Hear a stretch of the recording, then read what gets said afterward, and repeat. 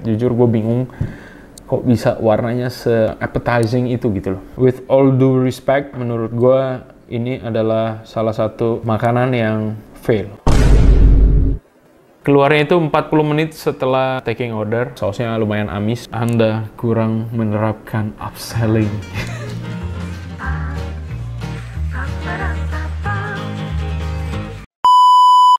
Halo muchachos, ya saya Don Chino. Selamat datang di channel YouTube gue di acara Jelajah Rasa by Don Chino.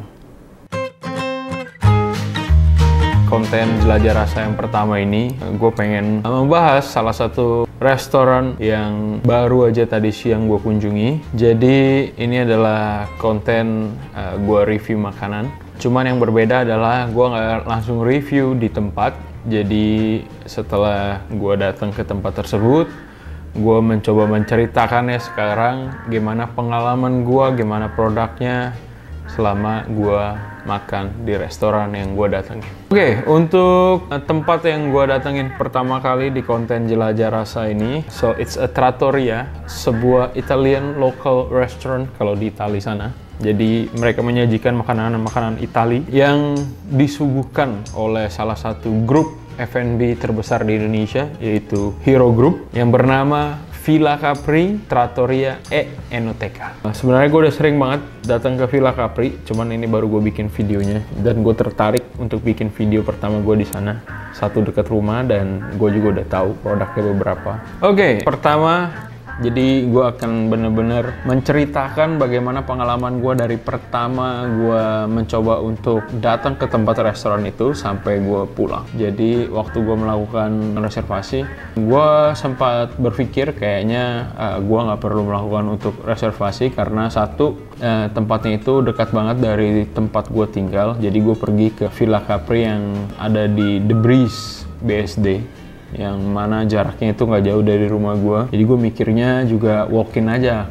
Udah gitu, by the way, hari ini gue datang tadi siang. Ini hari Jumat, yang mana masih hari kerja orang, jadi harusnya untuk space-nya masih aman. Jam makan siang juga, ya. Jadi gue berpikir untuk kayaknya langsung aja datang, walk-in. Parkir harusnya gampang, ada parkir gedung dan juga ada parkir valet. Pinggir jalannya itu bisa diparkirin, tapi itu berbayar, valet ya. Dan gue mau ngasih saran, kalau kalian pengen parkir valet untuk pengen deket ke Villa Capri, kalau bisa parkirnya itu di valet jangan sampai ngelewati Kopi Fore, karena kalau udah melewati itu, setelah bundaran apalagi, itu lumayan jauh jalannya. Tampak luar resto, berasa banget suasana desain klasik trattorianya, dengan ada dikasih dekorasi pohon lemon yang menjalar di area balkonnya. Itu menurut gua keren banget, karena Italia juga salah satu negara penghasil buah lemon juga di dunia, dan dikombinasiin sama pohon-pohon asli yang ada di sekitar halaman depan restorannya. Menurut gua itu sangat asik lah. First impression waktu gua masuk ke dalam resto, berasa banget desain unik, klasik modern ala trattoria di Italia. Kenapa gue bilang klasik modern? Karena gue masih berasa ada sentuhan-sentuhan modern yang cukup, bahkan gue bisa bilang jauh lebih keren daripada trattoria yang pernah gue datengin waktu gue ke Italia. Orang Indonesia kan juga pengen sesuatu yang instagramable banget untuk foto-foto ya. Jadi menurut gue keren banget desainnya, sesuai konsep juga. Dan langsung ketika kita masuk itu ada open kitchen untuk bikin pizza dan untuk plating-plating makanan yang lainnya. Ya langsung kelihatan pizza ovennya juga bukan pizza oven yang kaleng-kaleng. Ketika kita duduk pun hostnya juga farewell dengan baik, jadi terlihat bahwa servis juga sangat ditekankan untuk servis yang bagus oleh Hero Group ini untuk outlet Villa Capri-nya. Again, karena desain yang tadi gue bilang bagus, jadi cozy, adem, dan ada AC indoor juga, jadi nggak usah takut kepanasan. Meskipun ada open kitchen,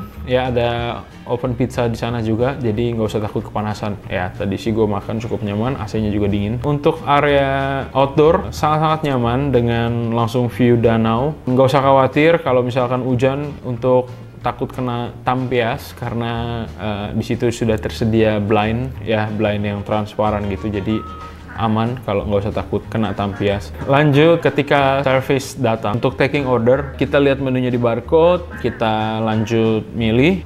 Menurut gue servisnya bagus, product knowledge-nya juga bagus, bisa menjawab semua pertanyaan dan tersampaikan dengan baik. Cara ngomongnya pun jelas, tone suaranya juga bagus, nothing to complain. Merasa terlayani dengan baik ketika kita selesai taking order. Servisnya pun juga menyampaikan bahwa produk akan keluar di estimasi penyajian selama 30 menit. Nggak lama kemudian, ya kurang lebih 2 menit, itu langsung keluar welcome bread. Welcome bread ini disajikan 2 varian. Yang pertama itu ada grissini, yang mana menurut gue grissininya pun juga enak banget, garing, renyah. Garingnya tuh kalau ketika digigit nggak yang tajam-tajam gitu loh. Biasanya kan kalau roti yang garing-garing gitu kan tajam-tajam di langit-langit, tapi ini renyah gitu, crunchy. Lalu ada bread yang berikutnya itu roti sourdough. Well, kalau itu Tuscan bread, I have no complaint about the texture. Since ketika gue tanya servernya dan servernya bilang itu adalah sourdough, menurut gue untuk sourdough teksturnya terlalu dense dan kurang berongga ya, jadi terlalu rapat-rapat yang tadi. Gue berasa kayak roti itu tuh udah dipotong-potong banyak, terus disimpan di tempat yang mungkin lumayan terbuka, tapi ya nggak apa-apa, wajar, bisa dimengerti. Itu biasa dilakukan juga untuk di restoran supaya untuk lebih cepat. Welcome bread itu disajikan bersama extra virgin olive oil dan juga balsamic vinegar ya, yang ya very classic, very Italian. Gue cobain ya tadi, enak, and I'm happy with it. Oke, selang berapa lama kemudian, setelah 5 menit dari pengorderan, lalu disajikan lagi beverage ya semuanya. Jadi kita pesan lychee tea, lemon tea, dan sparkling water. Setelah 10 menit, orderan gue untuk pizza datang, yaitu burrata and parma ham pizza. Ya, jadi 10 menit setelah pengorderan, which is itu menurut gue cepet banget ya, buat satu pizza tuh bukan ya standar lah sebenarnya, nggak yang cepet banget, tapi ya just nice gitu loh. Kita langsung disuguhkan dengan pizza dough, enak menurut gue, garing, berongga, dan berasa aroma bakaran dough-nya itu ya, karena pakai pizza oven, berarti panas pizza ovennya juga bagus. Yang bikin tambah enak tuh ya aroma gosong-gosong bakaran pizza dough-nya itu loh. Itu kunci makan pizza enak sih. Lalu soal toppingnya juga enak. Kita kebetulan pesan yang tadi base-nya itu pakai garlic cream ya, jadi bukan tomato sauce di atasnya. Terus dipadukan dengan burrata sama parma ham dan dikasih juga balsamic reduction di situ. Menurut gua it's a well combination. Ya, I love the pizza. Ya, gue lumayan salah satu pecinta pizza ya untuk makanan, terutama ke Italian restaurant. Kalau ada pizza pasti gue pesan, pasti, itu pasti. Ya, jadi untuk pizzanya ya gue suka banget sih. I'm happy with the pizza. Lanjut, kita langsung disuguhkan oleh antipasti ataupun appetizer. Ya, kita pesan beef ragu brioche. Antipastinya itu datang setelah 15 menit pengorderan, which is adalah setengah dari waktu yang disampaikan oleh server. Keren banget speed penyajian makanannya. Untuk beef ragu brioche ini, ketika gue cobain, ada satu poin yang menurut gue, ini kembali lagi personal ya, since namanya adalah beef ragu brioche. Jadi menurut gue roti yang dikasih itu bukan brioche ya, lebih kayak ke toast bread biasa sih. Karena berasa banget untuk brioche itu rotinya cukup tidak se-buttery brioche yang gue pernah makan, ataupun gue pernah bikin. Jadi kalau itu dibilang brioche, well, menurut gue itu bukan brioche. Apalagi di serve-nya itu sebenarnya udah di toast juga ya pakai butter, dan ketika digigit masih terasa kalau dalamnya tuh kurang buttery dan agak sedikit dry. Untuk ukuran brioche. Well, tapi untuk toppingnya, ragunya enak banget dipadu sama truffle mayo, terus ada scallion dan juga crispy garlic. Menurut gue is a very well combination. So bravo, just sayang di brioche. Well, I don't know why tiba-tiba setelah beef ragu brioche, ya gue pikir antipasti berikutnya akan datang lagi ya, yang kedua. Ternyata yang datang adalah langsung main course. Padahal di awal tadi ketika taking order tuh kita ditawarinnya satu-satu untuk antipastinya mau yang mana ya kan. Terus lanjut ke pasta, habis itu ke main course. Gue kira oh ya akan dikeluarinnya course by course gitu. Ya mungkin ya karena habit yang terjadi di tempat tersebut, tamunya rata-rata pengennya dikeluarin yang sejadinya, jadinya terbawa ke semuanya gitu loh. Ya padahal harusnya ya ditanyakan dulu gitu loh ke customernya, mau dikeluarin course by course apa ya dikeluarin once it's ready gitu. Lanjut kita dikeluarin crispy porchetta steak setelah 20 menit dari taking order. Untuk dagingnya berasa banget seasoningnya dan menurut gua dagingnya pun enak. Terus kulit di bagian porchettanya itu ya yang harusnya kita tahu porchetta itu is a crispy skin. Dari beberapa part itu masih ada yang alot, yang chewy ya, udah nggak crispy lagi, atau waktu pemanggangan yang memang bagian itu belum crispy gitu. Ya memang untuk crispy skin ini lumayan tricky ya kalau tidak ada proses penggorengan. Bisa jadi juga ini dia udah preserve ya, jadi kayak udah dipotong-potongin slice gitu, jadi disimpan ya, mungkin namanya a la carte kan, ketika ada orang pesen baru keluar, kalau nggak ada yang pesen ya nggak keluar-keluar gitu loh. Paling bagusnya untuk porchetta adalah bikin ketika jadi langsung dipotong langsung di serve. Untuk sauce di dish crispy porchetta steaknya menurut gua cukup minimalis ya, jadi kurang banyak sausnya. Mashed potato enak, mashnya karakter yang lumayan kasar ya, jadi bukan mash yang benar-benar smooth, halus gitu, bukan.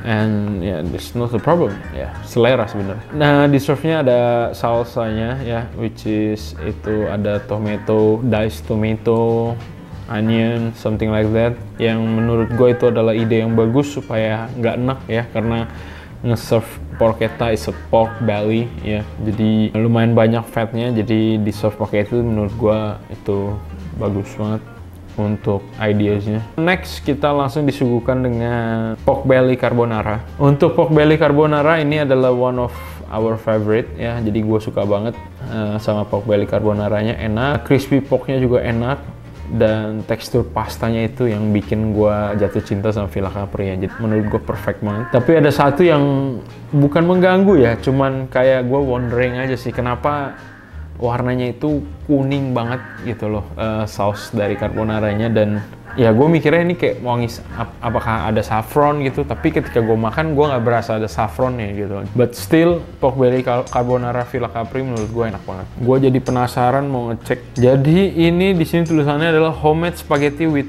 egg yolk cream. Ya kuning, gue tahu, tapi ya nggak sekuning itu sih harusnya ya, itu menurut gue lumayan sangat-sangat kuning sekali ya, jujur gue bingung kok bisa warnanya se-appetizing itu gitu loh. Lanjut ke crab ravioli, ini setelah 25 menit dari taking order by the way, dan again langsung ke pasta, masih ada satu appetizer gue yang belum nyampe. Simple aja crab ravioli, ketika gue cobain pasta terasa sedikit undercooked untuk raviolinya, atau mungkin karena menurut gue itu raviolinya yang terlalu tebal jadi terasa undercooked ya. Untuk stuffingnya ya, which is itu crab, itu enak, gue suka, dan beefnya enak. Tapi mungkin buat orang awam kayak yang belum mengerti beef ya, sausnya lumayan amis ya, actually itu bukan amis ya, ya beef ya begini gitu. Mungkin nextnya bisa dijelasin ke customer ya, untuk supaya nggak kaget gitu. Takutnya ada beberapa customer yang mikir oh ini sausnya amis, dipikirnya spoil gitu, bukan ya. Kalau ke gua sih ya nggak masalah, since gua tahu what beef is gitu.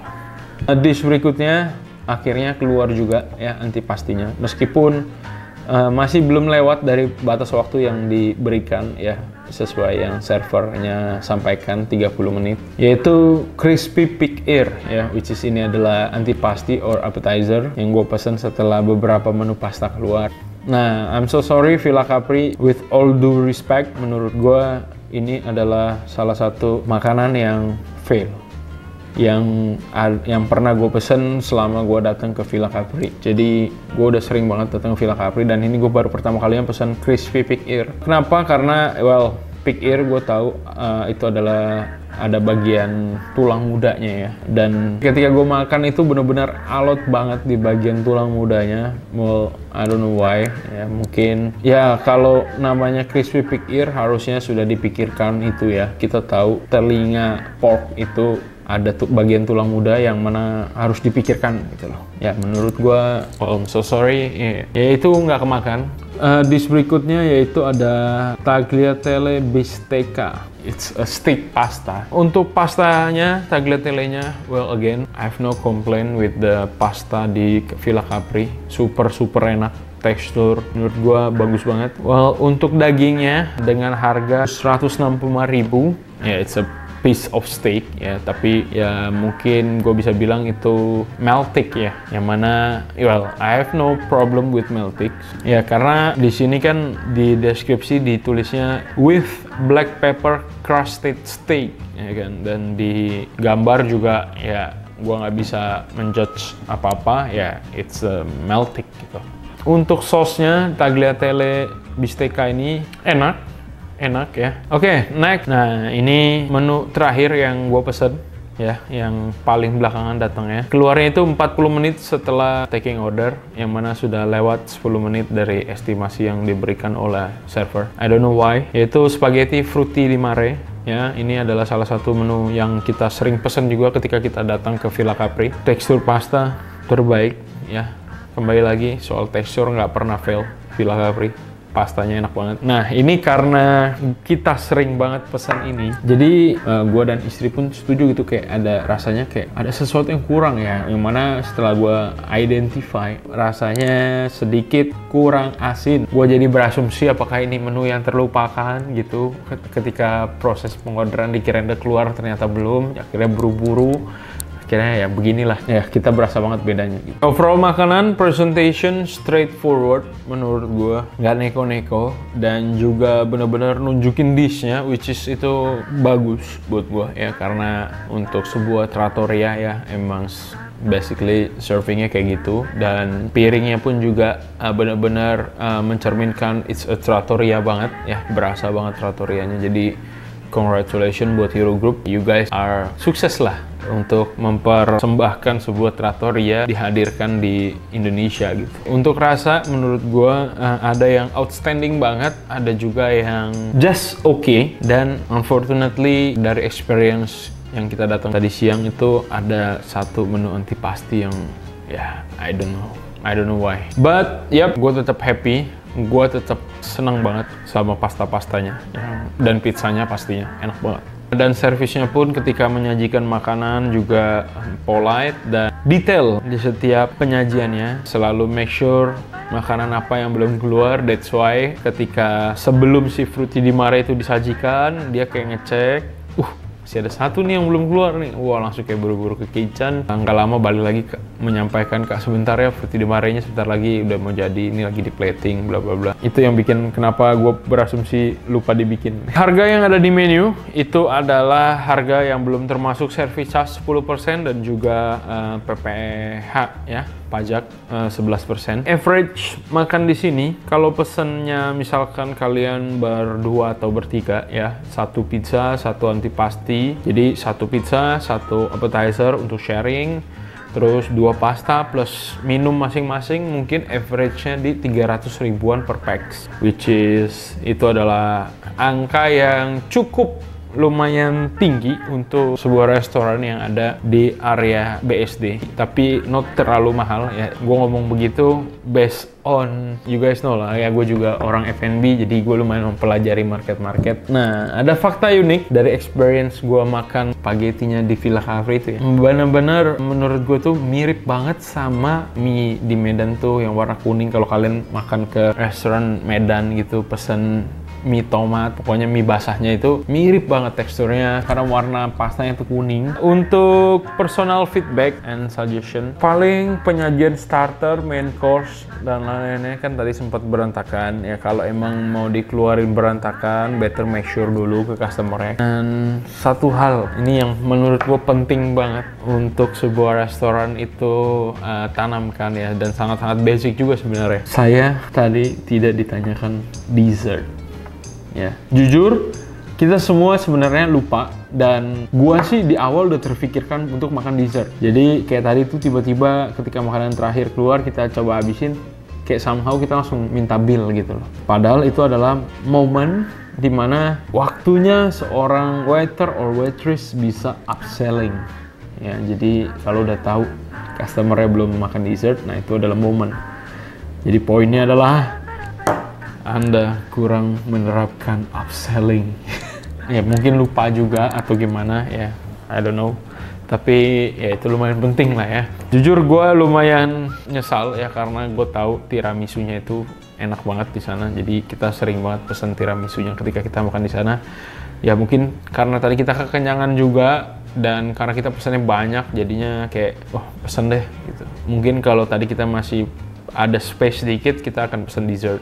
Untuk ambience restoran gue kasih nilai 8,5/10 produk ya, makanan dan minuman. Gue harus ngasih kali ini di experience yang tadi siang gue datang ini 7/10. Kalau sebelumnya mungkin gue bisa kasih di 8/10, hanya karena tadi kita memesan satu appetizer yang menurut kita fail mungkin. Untuk service 8/10 ya, mungkin kalau tadi kita di upselling dessert dan disampaikan untuk ngeluarin makanannya course by course, gue bisa kasih 9,5/10 sih, karena memang servisnya tuh sebagus itu tadi. Dan untuk soal pricing, it's a value for money ya, untuk produk yang diberikan plus suasana restoran yang disajikan dan juga servisnya sangat-sangat worth it untuk dibayar dengan harga yang dijual oleh Villa Capri. Ya meskipun untuk di area BSD menurut pandangan gue as a praktisi F&B ya cukup tinggi ya untuk di area itu. Tapi it's a value for money kalau kita udah tahu produknya.